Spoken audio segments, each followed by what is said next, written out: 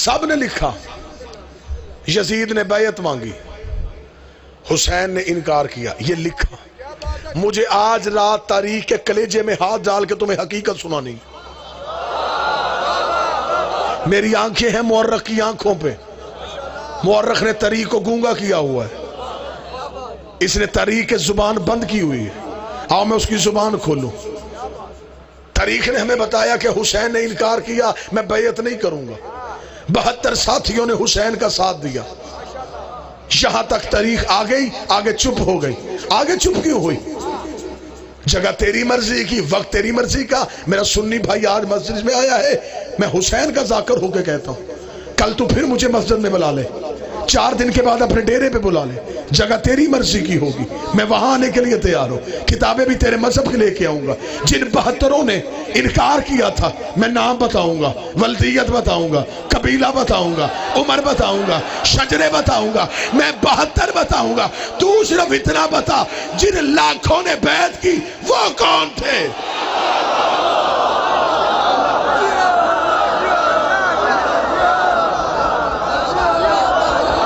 جن لاکھوں نے یزید کی ہاتھ پہ بیعت کی وہ کون تھے؟ تم نے انکار کرنے والے دکھائے، بیعت کرنے والے کیوں نہیں دکھائے؟ یہودیوں کا خلیفہ نہیں تھا یزید، عیسائیوں کا خلیفہ نہیں تھا، مسلمانوں نے بیعت کر لی تھی، وہ مسلمان کہاں گئے؟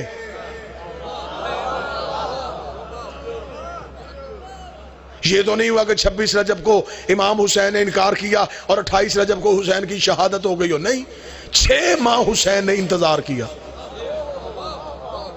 امت حسین کے پاس نہیں آئی، امت یزید کے ہاتھ میں رہی۔ پھر نہ شیعہ کتاب کھول نہ سنی کتاب کھول، گلے پہلے اس ملک میں بڑے کٹ چکے، دھماکے پہلے ہی میرے وطن میں بہت ہو چکے۔ قرآن کی کچہری میں چلتے، تو نے آج رات بھی فیصلہ نہیں کرنا تو پھر کب کرنا ہے؟ آج تو کسی ایک پارٹی کا ساتھ دے، آج 2 پارٹیاں تیرے سامنے ہیں، ایک حسین کی ہے ایک یزید کی ہے، آج کھل کے کسی ایک کا ساتھ دے لے۔ 4 دیواریں قبروں میں تنہا رہنا ہے، کفن کی جیب کوئی نہیں ہوتی، قیامت میں سفارش کوئی نہیں ہوتی۔ آج ایک میں سے کسی ایک کا ساتھ دینا، یا حسین کے ساتھ چل یا یزید کے ساتھ چل۔ آج تو نے کھل کے کہہ دیا کہ تو نے 4 دے کے دے لی اور تو حسین کا ہو گیا۔ حسین صحیح کہنے کے لیے کئی غلط کہنے پڑتے ہیں، حسین بھی نظام کے تحت آیا تھا، یزید بھی نظام کے تحت آیا۔ یزید آزاد امیدوار نہیں تھا، پارٹی کے ٹکٹ پہ تھا۔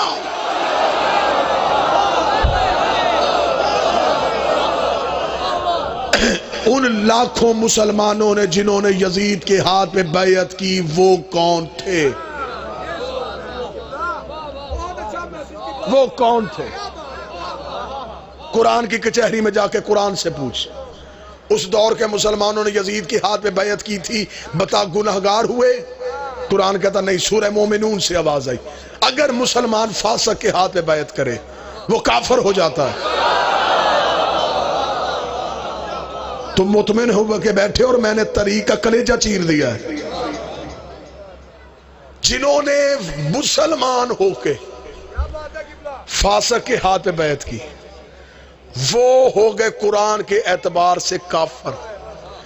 اس کا مطلب حسین کو مسلمانوں نے نہیں مارا۔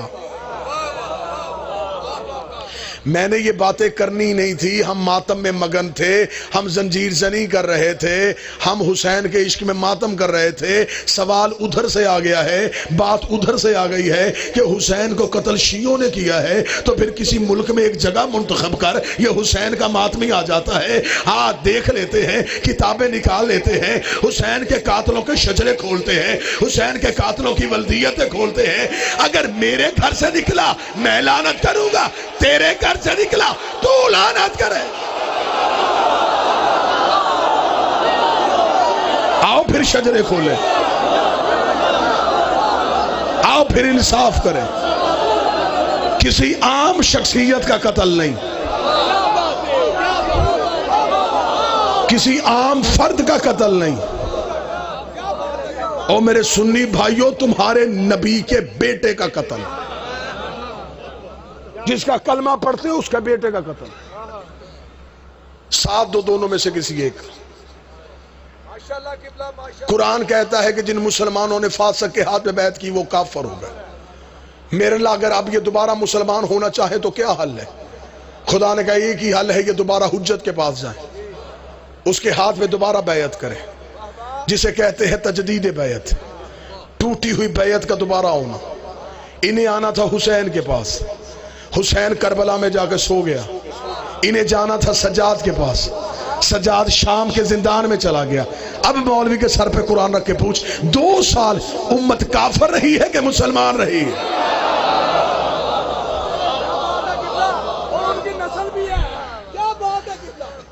حسین نے چہروں سے نقاب اٹھا دیے. لہٰذا میری پوری گفتگو اپنے اہل سنت بھائیوں کے لیے، کیونکہ آج آپ ہمارے مہمان نہیں، آج آپ حسین کے مہمان. آج بھی آپ نے کچھ نہیں سیکھے جانا تو پھر کب جانا؟ کربلا نے ہمیں مسلمانوں کے 2 چہرے دکھائے. کربلا نے ہمیں بتایا کہ ہر مسلمان حسینی نہیں ہوتا. کربلا نے ہمیں بتایا کہ کچھ مسلمان یزیدی بھی ہوتے. یزید کی طرف بھی کلمہ تھا، حسین کی طرف بھی کلمہ تھا. نمازیں ادھر بھی تھی، نمازیں ادھر بھی تھی، اذانیں ادھر بھی تھی، اذانیں ادھر بھی تھی، داڑیاں ادھر بھی تھی، داڑیاں ادھر بھی تھی. پھر کیسے پتا چلے ان میں حق والے مسلمان کون، ان میں باطل والے مسلمان کون؟ پھر اللہ نے قرآن میں جو واقعات لکھے ہیں، جب حضرت ابراہیم کو آگ میں پھینکا جا رہا تھا تو ایک چھوٹا سا پرندہ اپنی چونچ میں پانی کا قطرہ لے کے آگ کے اوپر جا رہا تھا.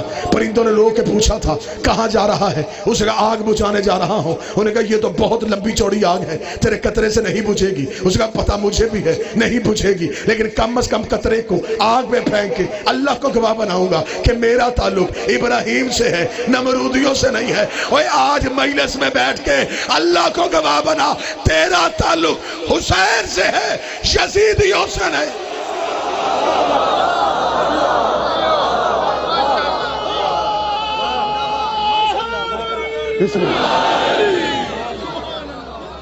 ساتھ دینا ہے تو حسین کا کھل کے دے.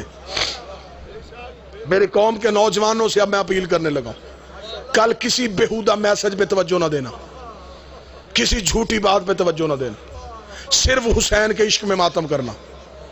حسین کا ماتم کسی فتوے کا محتاج نہیں.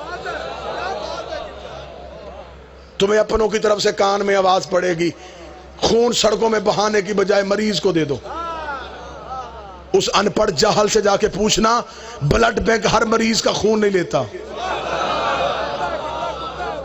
پڑھے لکھے احباب تشریف فرمائے، بندہ بلڈ بینک میں جا کے گئے کہ تو میرا خون لے لے، وہ لے گے؟ وہ پہلے سیمپل لیں گے، پھر چیک کریں گے اس میں بیماری تو نہیں، اس میں وائرس تو نہیں. بلڈ بینک مریض کا خون نہیں لیتا، حسین مریض کا لیتا ہے، شفا کر کے واپس دے دیتا.